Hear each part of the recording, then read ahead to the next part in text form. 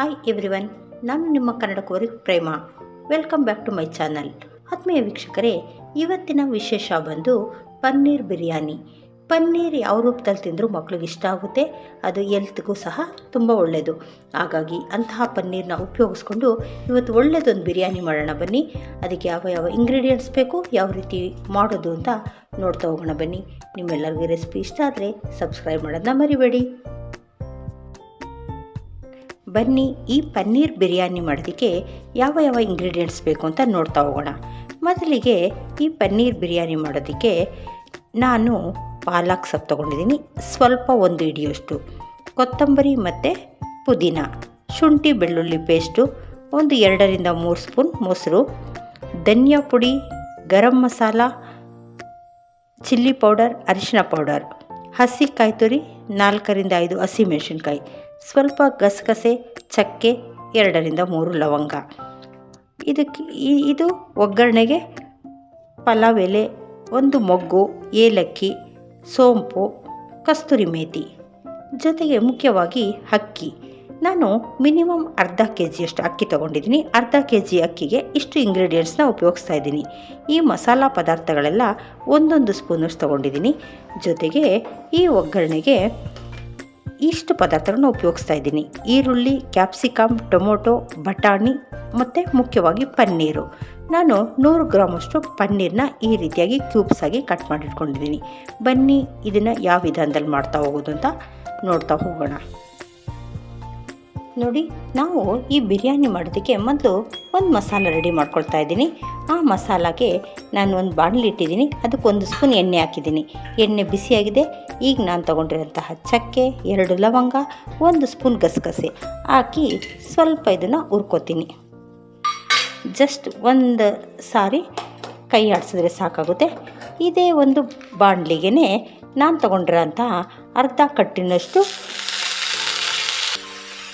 ಪಾಲಕ್ ತೊಗೊಂಡಿದ್ದೀನಿ. ಈ ಅರ್ಧ ಕಟ್ ಪಾಲಕು ಯಾತಕ್ಕೋಸ್ಕರಪ್ಪ ಅಂದರೆ ಇದಕ್ಕೆ ನ್ಯಾಚುರಲ್ ಕಲರ್ ಕೊಡುತ್ತೆ. ಹಾಗಾಗಿ ಯಾವುದೇ ಫುಡ್ ಕಲರ್ನ ಸೇರಿಸೋದು ಬೇಡ.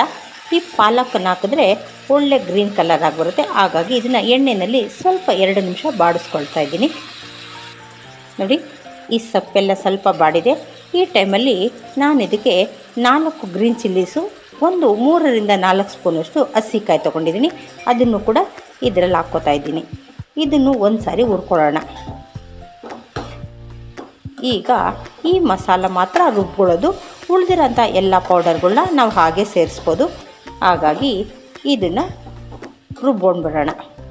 ಸಾಕು. ನೋಡಿ, ಕಾಯಿ ಹಾಕಿದ್ಮೇಲೆ 1 ನಿಮಿಷ ಜಸ್ಟ್ ಬಿಸಿ ಮಾಡಿದ್ರೆ ಸಾಕಾಗುತ್ತೆ. ಈಗ ನಾನು ಫ್ಲೇಮ್ನ ಆಫ್ ಮಾಡ್ಕೊಳ್ತಾ ಇದ್ದೀನಿ. ಈ ಮಸಾಲ ಸ್ವಲ್ಪ ಬಿಸಿ ಕಡಿಮೆ ಆದಮೇಲೆ ಇದನ್ನು ರುಬ್ಕೊಂಡು ಬರ್ತೀನಿ. ನೋಡಿ, ಈ ಮಸಾಲ ಬಿಸಿ ಎಲ್ಲ ಕಡಿಮೆ ಆಗಿದೆ. ಈಗ ನಾನು ತೊಗೊಂಡಿರೋಂಥ ಒಂದು 2ರಿಂದ 3 ಗರಿಯಷ್ಟು ಪುದೀನ ಮತ್ತು ಕೊತ್ತಂಬರಿಯನ್ನು ಇದರ ಜೊತೆ ಸೇರಿಸ್ಕೊಂಡು ಒಟ್ಟಿಗೆ ರುಬ್ಕೊಳ್ಳೋಣ. ನೋಡಿ, ಈ ಬಿರಿಯಾನಿ ಮಾಡೋದಕ್ಕೆ ನಾವು ಓಪನ್ನಲ್ಲಾದರೂ ಮಾಡ್ಕೋಬೋದು ಅಥವಾ ಕುಕ್ಕರಲ್ಲಾದರೂ ಮಾಡ್ಬೋದು. ಕುಕ್ಕರಲ್ಲಿ ಮಾಡೋದ್ರಿಂದ ಬೇಗ ಆಗುತ್ತೆ. ಹಾಗಾಗಿ ನಾನಿವತ್ತು ಕುಕ್ಕರ್ನೇ ಉಪಯೋಗಿಸ್ತಾ ಇದ್ದೀನಿ. ಇದಕ್ಕೆ ಒಂದು 5ರಿಂದ 6 ಸ್ಪೂನಷ್ಟು ಎಣ್ಣೆಯನ್ನು ಸೇರಿಸ್ತಾ ಇದ್ದೀನಿ.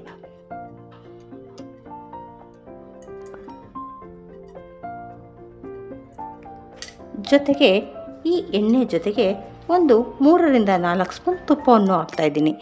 ಯಾವುದೇ ಬಿರಿಯಾನಿ, ಪಲಾವ್ ಎಲ್ಲದಕ್ಕೂ ತುಪ್ಪವನ್ನು ಸೇರಿಸಿದ್ರೆ ಒಳ್ಳೆ ರುಚಿ ಕೊಡುತ್ತೆ.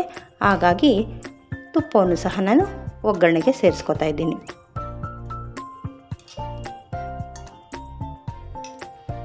ಇದೆಲ್ಲ ಚೆನ್ನಾಗಿ ಬಿಸಿಯಾಗಲಿ. ನೋಡಿ, ಎಣ್ಣೆ ಮತ್ತು ತುಪ್ಪ ಚೆನ್ನಾಗಿ ಬಿಸಿಯಾಗಿದೆ. ಈ ಒಂದು ಟೈಮಲ್ಲಿ ನಾನು ತೊಗೊಂಡಿರೋಂತಹ ಮಸಾಲ ಪದಾರ್ಥಗಳನ್ನ ಎಲ್ಲವನ್ನು ಒಟ್ಟಿಗೆ ಸೇರಿಸ್ಕೊತಾ ಇದ್ದೀನಿ.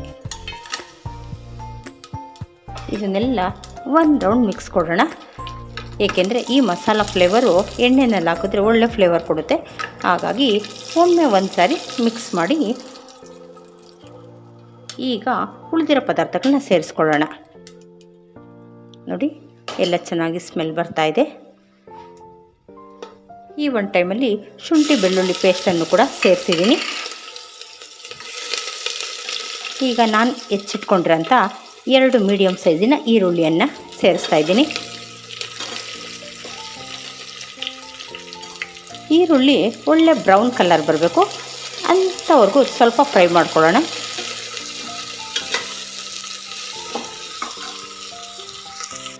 ನೋಡಿ, ಈರುಳ್ಳಿ ಎಲ್ಲ ಬ್ರೌನ್ ಕಲರ್ ಬರ್ತಾ ಇದೆ. ಈ ಒಂದು ಟೈಮಲ್ಲಿ ನಾನು ಇನ್ನು ಉಳಿದಿರೋ ಅಂಥ ತರಕಾರಿಗಳನ್ನ ಸೇರಿಸ್ಕೊಳ್ತೀನಿ. ಬಟಾಣಿ, ಟೊಮೊಟೊ, ಕ್ಯಾಪ್ಸಿಕಮ್ ಇದೆಲ್ಲವನ್ನು ಒಟ್ಟಿಗೆ ಸೇರಿಸ್ಕೊತಾ ಇದ್ದೀನಿ. ನೋಡಿ, ಕ್ಯಾಪ್ಸಿಕಮ್, ಟೊಮೊಟೊ ಎಲ್ಲ ಎಣ್ಣೆಯಲ್ಲಿ ಸ್ವಲ್ಪ ಫ್ರೈ ಆಗಿದೆ. ಈ ಒಂದು ಟೈಮಲ್ಲಿ ನಾವು ತೊಗೊಂಡಿರೋಂಥ ಮಸಾಲ ಪದಾರ್ಥಗಳನ್ನ ಸೇರಿಸ್ತೀನಿ. ನೋಡಿ, ಅರಿಶಿನ ಪೌಡರು, ರೆಡ್ ಚಿಲ್ಲಿ ಪೌಡರು, ಧನಿಯಾ ಪೌಡರು, ಇದು ಬಿರಿಯಾನಿ ಪೌಡರ್. ನಾನು ಆವಾಗಲೇ ಗರಂ ಮಸಾಲ ಅಂತೇಳಿದೆ, ಸಾರಿ, ಇದು ಬಿರಿಯಾನಿ ಪೌಡರ್. ಇಷ್ಟು ಪೌಡರ್ಗಳನ್ನ ಸೇರಿಸ್ಕೊತಾ ಇದ್ದೀನಿ. ಈಗ ಈ ಪೌಡರ್ನೆಲ್ಲ ಸೇರಿಸ್ಕೊಂಡು ಒಳ್ಳೆಯದೊಂದು ಮಿಕ್ಸ್ ಕೊಡೋಣ. ಈ ಒಂದು ಟೈಮಲ್ಲೇ ನಾನು ತೊಗೊಂಡ್ರಂಥ 3ರಿಂದ 4 ಸ್ಪೂನಷ್ಟು ಮೊಸರಿದೆ, ಅದನ್ನು ಸೇರಿಸ್ಕೊಳ್ಳೋಣ. ಈ ಮೊಸರು ಹಾಕೋದ್ರಿಂದ ಒಳ್ಳೆ ಟೇಸ್ಟ್ ಕೊಡುತ್ತೆ, ಜೊತೆಗೆ ರೆಸ್ಟೋರೆಂಟ್ ಥರ ಬರುತ್ತೆ. ನೋಡಿ, ಈ ಮೊಸರು ಹಾಕಿದ ತಕ್ಷಣ ಈ ಒಂದು ಒಗ್ಗರಣೆ ಆರೋಮನೆ ಬದಲಾಗುತ್ತೆ. 1 ನಿಮಿಷ ಇದನ್ನೆಲ್ಲ ಮಿಕ್ಸ್ ಕೊಟ್ಟು ಈಗ ಇದ್ರ ಜೊತೆಗೆ ನಾವು ಪನ್ನೀರನ್ನು ಸಹ ಸೇರಿಸ್ಕೊಂಡು 1 ನಿಮಿಷ ಹುರ್ಕೊಳ್ಳೋಣ. ನೋಡಿ, ಇದಕ್ಕೆಲ್ಲ ಮಿಕ್ಸ್ ಕೊಟ್ಟಾಗಿದೆ. ಈಗ ನಾನು ತೊಗೊಂಡಿರೋ ಅಂಥ ಪನ್ನೀರನ್ನು ಕೂಡ ಇದರೊಳಗಡೆ ಸೇರಿಸ್ಕೊತೀನಿ. ಇದನ್ನು ಒಗ್ಗರಣೆ ಜೊತೆ 1-2 ಸಾರಿ ತಿರುಗಿಸ್ಕೊಂಡು ಬಾಡಿಸ್ಕೊಂಡ್ರೆ ಸಾಕಾಗುತ್ತೆ. ನೋಡಿ, ಈಗ ನಾನು ರುಬ್ಬಿಟ್ಕೊಂಡಿದ್ದೀನಲ್ಲ ಅದನ್ನು ಸಹ ಇದರಲ್ಲಿ ಸೇರಿಸ್ಕೊತಾ ಇದ್ದೀನಿ. ಜೊತೆಗೆ ಇದಕ್ಕೆ ನೀರು ಎಷ್ಟು ಹಾಕಬೇಕಪ್ಪ ಅಂದರೆ, ನೀವು ಗ್ಲಾಸಲ್ಲಿ ಅಳತೆ ಮಾಡಿ ಅಕ್ಕಿಯನ್ನು ತೊಗೊಳ್ಳಿ. ಯಾವ ಗ್ಲಾಸಲ್ಲಿ ಅಕ್ಕಿ ತೊಗೊಳ್ತೀರೋ ಅದೇ ಗ್ಲಾಸಲ್ಲಿ 1 ಗ್ಲಾಸ್ ಅಕ್ಕಿಗೆ 2 ಗ್ಲಾಸಷ್ಟು ನೀರನ್ನು ಸೇರಿಸ್ಕೊಳ್ಳಿ. ಹಾಗಾಗಿ ನಾನು 2 ಗ್ಲಾಸಷ್ಟು ಅಕ್ಕಿ ತೊಗೊಂಡಿದ್ದೀನಿ, ಕರೆಕ್ಟಾಗಿ 4 ಗ್ಲಾಸಷ್ಟು ನೀರನ್ನು ಸೇರಿಸ್ತೀನಿ.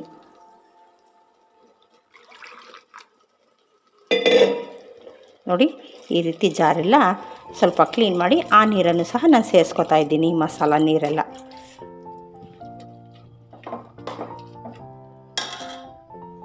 ನೋಡಿ, ಈಗ ನಾನು 4 ಗ್ಲಾಸಷ್ಟು ನೀರನ್ನು ಸೇರಿಸಿದ್ದೀನಿ. ಈಗ ನೀರು ಒಂದು ಕುದಿಬೇಕು. ಆ ಕುದಿಯೋ ಟೈಮಲ್ಲಿ ನಾವು ರೈಸನ್ನು ಸೇರಿಸ್ಬೇಕು. ಅಲ್ಲಿನವರೆಗೂ ಇದನ್ನು ಕುದಿಯೋದಕ್ಕೆ ಬಿಡೋಣ. ನೋಡಿ, ನೀರು ಚೆನ್ನಾಗಿ ಕುದೀತಾ ಇದೆ. ಈ ಟೈಮಲ್ಲಿ ನಾನು ರುಚಿಗೆ ತಕ್ಕಷ್ಟು ಉಪ್ಪನ್ನು ಸೇರಿಸ್ತಾ ಇದ್ದೀನಿ.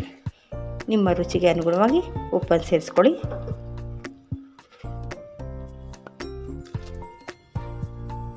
ನೋಡಿ, ಈಗ ಚೆನ್ನಾಗಿ ಕುದೀತಾ ಇದೆ. ಈಗ ನಾವು ರೈಸ್ನ ಸೇರಿಸ್ಕೊಳ್ಳೋಣ.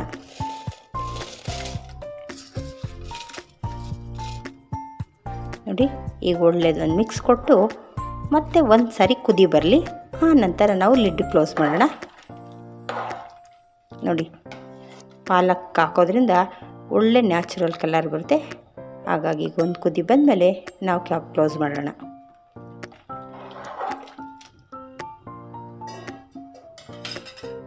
ನೋಡಿ, ಈ ರೀತಿ ಚೆನ್ನಾಗಿ ಕುದಿಬೇಕು.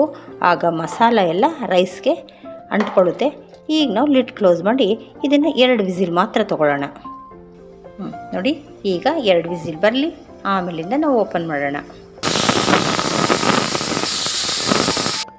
ನೋಡಿ, ಈಗ 2 ವಿಸಿಲ್ ಆಗಿದೆ. ಈಗ ನಾವು ಲಿಡ್ ಓಪನ್ ಮಾಡೋಣ. ನೋಡ್ತಾ ಇದ್ದೀರಲ್ಲ ಎಷ್ಟು ನೀಟಾಗಿದೆ ಅಂತ. ನೋಡಿ, ಈಗ ಇದಕ್ಕೆ ಒಳ್ಳೆಯದೊಂದು ಮಿಕ್ಸ್ ಕೊಡೋಣ. ನೋಡ್ತಾ ಇದ್ದೀರಲ್ಲ, ರುಚಿಕರವಾದಂತಹ ಪನ್ನೀರ್ ಬಿರಿಯಾನಿ ಸವಿಯಲು ಸಿದ್ಧವಾಗಿದೆ. ಇದು ರಾಯ್ತಾ ಜೊತೆ ತಿಂತಾ ಇದ್ದರೆ ಇದ್ರ ರುಚಿ ಮತ್ತಷ್ಟು ಅದ್ಭುತವಾಗಿರುತ್ತೆ. ಹಾಗಾಗಿ ಒಮ್ಮೆ ಈ ವಿಧಾನದಲ್ಲಿ ಮಾಡಿ, ನೀವೆಲ್ಲರೂ ಇಷ್ಟಪಡ್ತಿರ್ತೀರಾ. ಈ ಒಂದು ಪನ್ನೀರ್ ಬಿರಿಯಾನಿ ನಿಮ್ಮೆಲ್ಲರಿಗೂ ಇಷ್ಟ ಆಗಿದ್ರೆ ಲೈಕ್, ಶೇರ್, ಸಬ್ಸ್ಕ್ರೈಬ್ ಮಾಡೋದನ್ನ ಮರಿಬೇಡಿ. Thank you.